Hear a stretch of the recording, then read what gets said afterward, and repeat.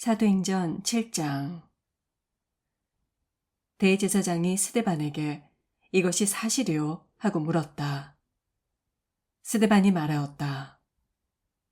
부영 여러분, 내 말을 들어보십시오. 우리 조상 아브라함이 하란에 거주하기 전에 아직 메소포타미아에 있을 때 영광의 하나님께서 그에게 나타나셔서 말씀하시기를 너는 내 고향과 친척을 떠나서 어디든지 내가 지시하는 땅으로 가거라 하셨습니다. 그래서 그는 갈대아 사람들의 땅을 떠나 하란으로 가서 거기에서 살았습니다. 그의 아버지가 죽은 뒤에 하나님께서 그를 하란으로부터 지금 여러분이 사는 이 땅으로 옮기셨습니다. 그러나 하나님께서는 여기에서 유산으로 물려줄 손바닥만한 땅도 그에게 주지 않으셨습니다. 아브라함에게 자식이 없는데도 하나님께서는 그와 그 자손들에게 이 땅을 소유로 주시겠다고 약속하셨습니다. 그리고 하나님께서는 아브라함에게 이렇게 말씀하셨습니다. 내 자손은 외국 땅에서 나그네가 되어 400년 동안 남의 종살이를 하고 학대를 받을 것이다. 또 하나님께서 말씀하시기를 그러나 그들을 종으로 부리는 그 민족을 내가 심판하겠고 그 뒤에 그들은 빠져나와서 이곳에서 나를 예배할 것이다 하셨습니다. 그리고 하나님께서는 아브라함에게 할례의 언약을 주셨습니다. 그래서 아브라함은 이삭을 낳고 여드레째 되는 날에 그에게 할례를 행하고 이삭은 야곱에게 또 야곱은 12족장에게 할례를 행하였습니다. 그런데 그 족장들은 요셉을 시기하여 이집트에다 팔아 넘겼습니다.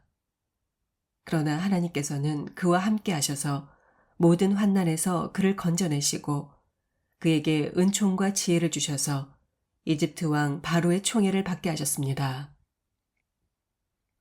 바로는 그를 총리로 세워서 이집트와 자기 온 집을 다스리게 하였습니다. 그때 이집트와 가나안 온 지역에 흉년이 들어서 재난이 극심하였는데 우리 조상들은 먹을거리를 구할 수 없었습니다. 야곱이 이집트에 곡식이 있다는 소문을 듣고서 우리 조상들을 처음으로 거기로 보냈습니다. 그들이 두 번째 갔을 때 요셉이 그의 형들에게 자기를 알리니 이 일로 해서 요셉의 가족 관계가 바로에게 알려졌습니다. 요셉이 사람을 보내서 그의 아버지 야곱과 모든 친족 75사람을 청하여 오게 하였습니다.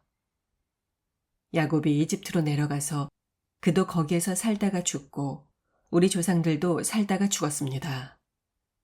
그리고 그들의 유해는 나중에 세겜으로 옮겨서 전에 아브라함이 세겜의 하몰 자손에게서 은을 주고 산 무덤에 묻었습니다.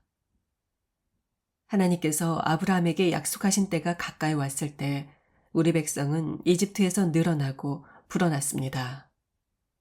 마침내 요셉을 알지 못하는 다른 임금이 이집트의 왕위에 올랐습니다.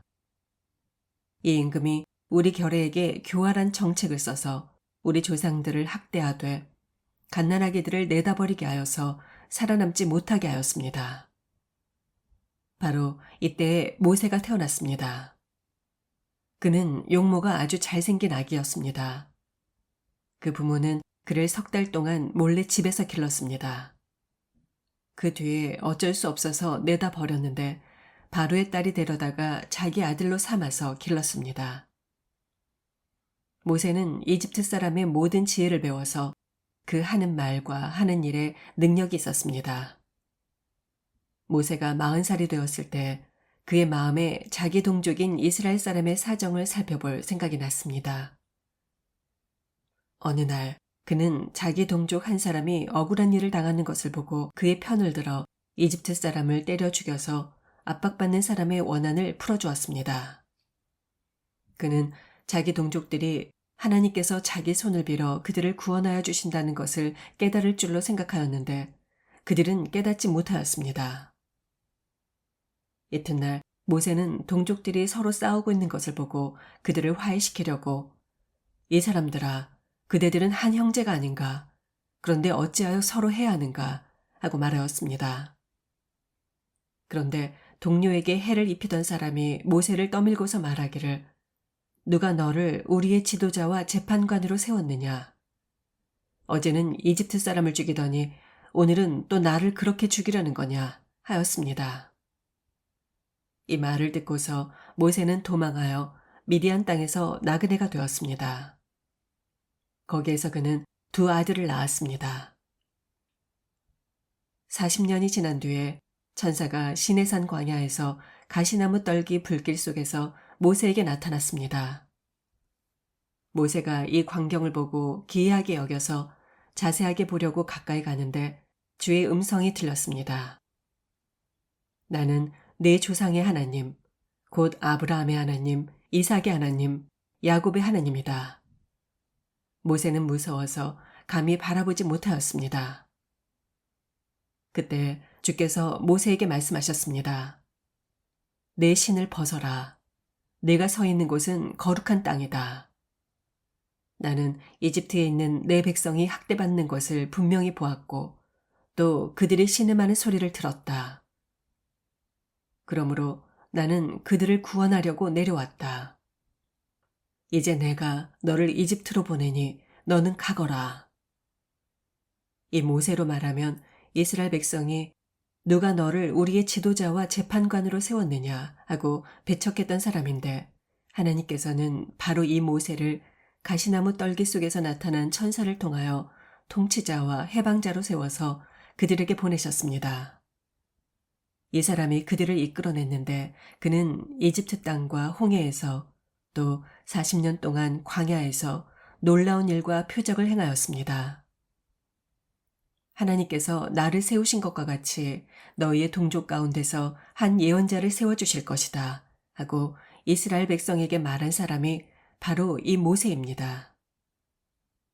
이 사람은 이스라엘 백성이 광야에서 회중으로 모여 있을 때 시내산에서 그에게 말하는 천사와 우리 조상들 사이에 중개자가 되어서 살아있는 말씀을 받아서 우리에게 전해준 사람입니다. 그러나 우리 조상들은 그의 말을 들으려 하지 않았고 그를 제쳐놓고서 이집트로 돌아가고 싶어 하였습니다.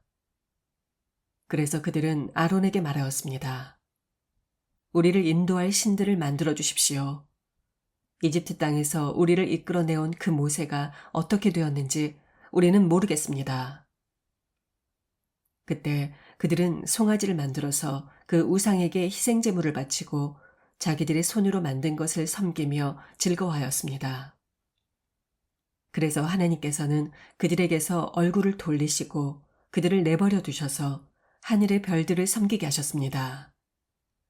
이것은 예언자들의 책에 기록된 바와 같습니다. 이스라엘 가문아, 너희가 40년 동안 광야에 있을 때 희생물과 제물을 내게 바친 일이 있었느냐?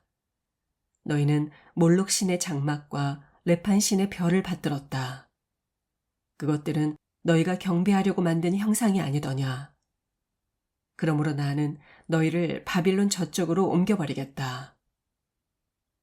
우리 조상들이 광야에서 살 때 그들에게 증거의 장막이 있었습니다. 그것은 모세에게 말씀하시는 분이 지시하신 대로 만든 것인데 모세가 본 모형을 따라 만들었습니다. 우리 조상은 이 장막을 물려받아서 하나님께서 우리 조상 앞에서 쫓아내신 이방 민족들의 땅을 차지할 때 여호수아와 함께 그것을 그 땅에 가지고 들어왔고 다윗 시대까지 물려주었습니다.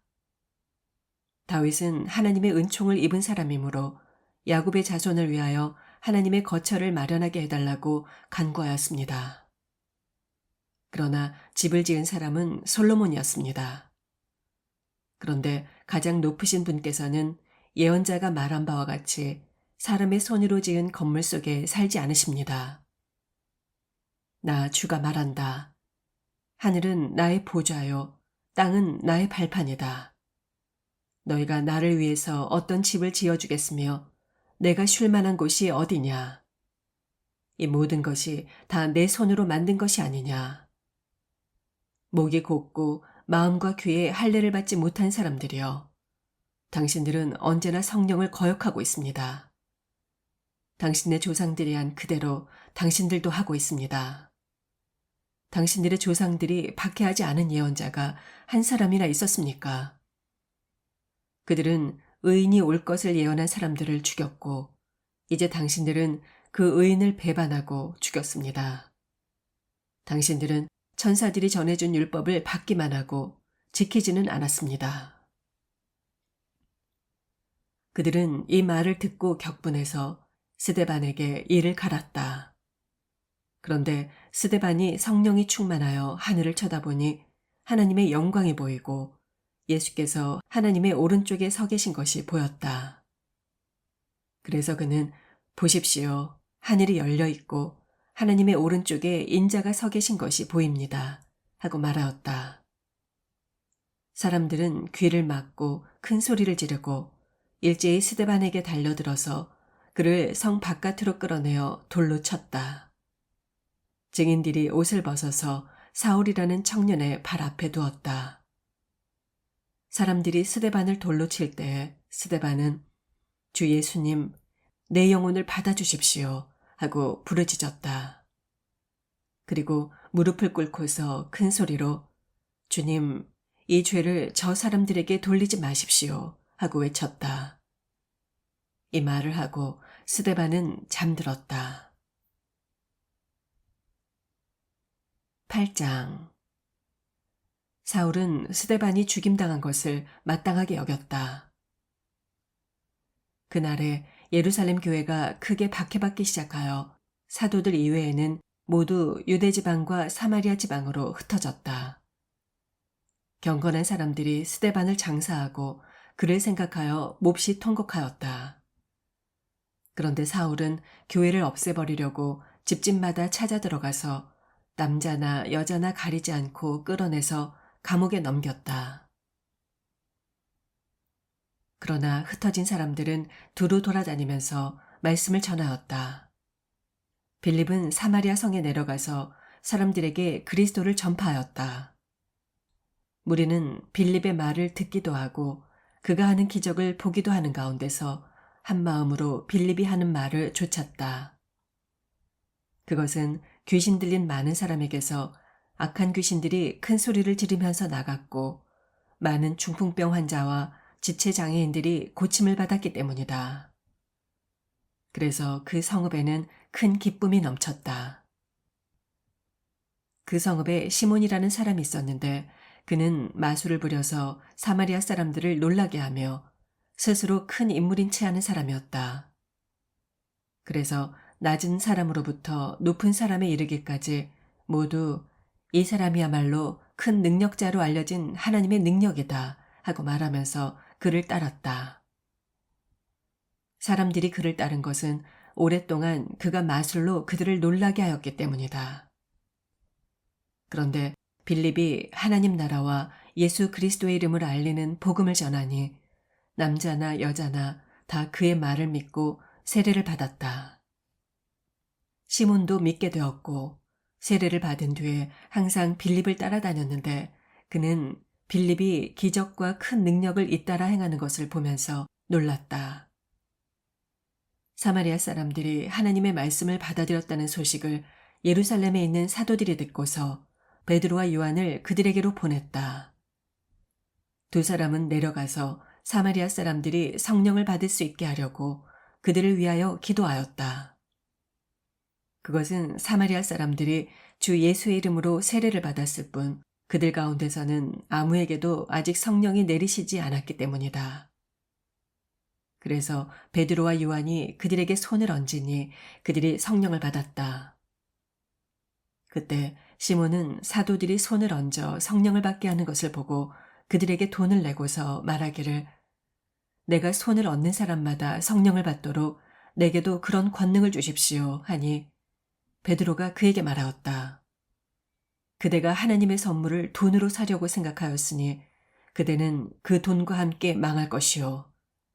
그대는 하나님 보시기에 마음이 바르지 못하니 우리의 일에 그대가 차지할 자리도 목도 없소.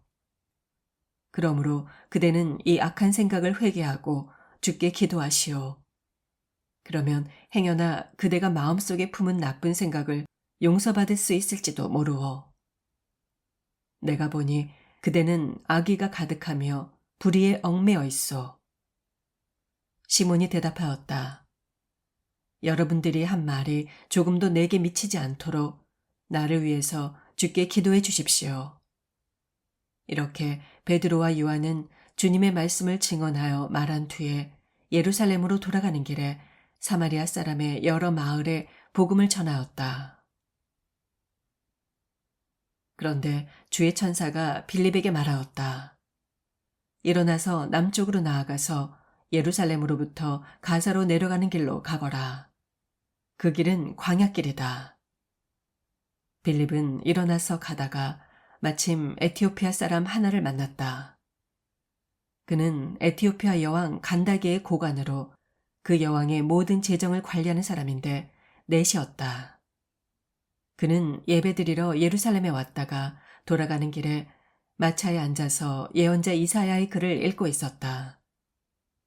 성령이 빌립에게 가서 마차에 바싹 다가서거라 하고 말씀하시니 빌립이 달려가서 그 사람이 예언자 이사야의 글을 읽는 것을 듣고 지금 읽으시는 것을 이해하십니까? 하고 물었다.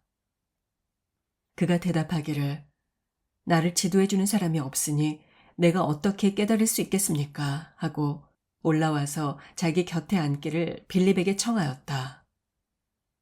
그가 읽던 성경 구절은 이것이었다. 양이 도살장으로 끌려가는 것과 같이 새끼 양이 털 깎는 사람 앞에서 잠잠한 것과 같이 그는 입을 열지 않았다.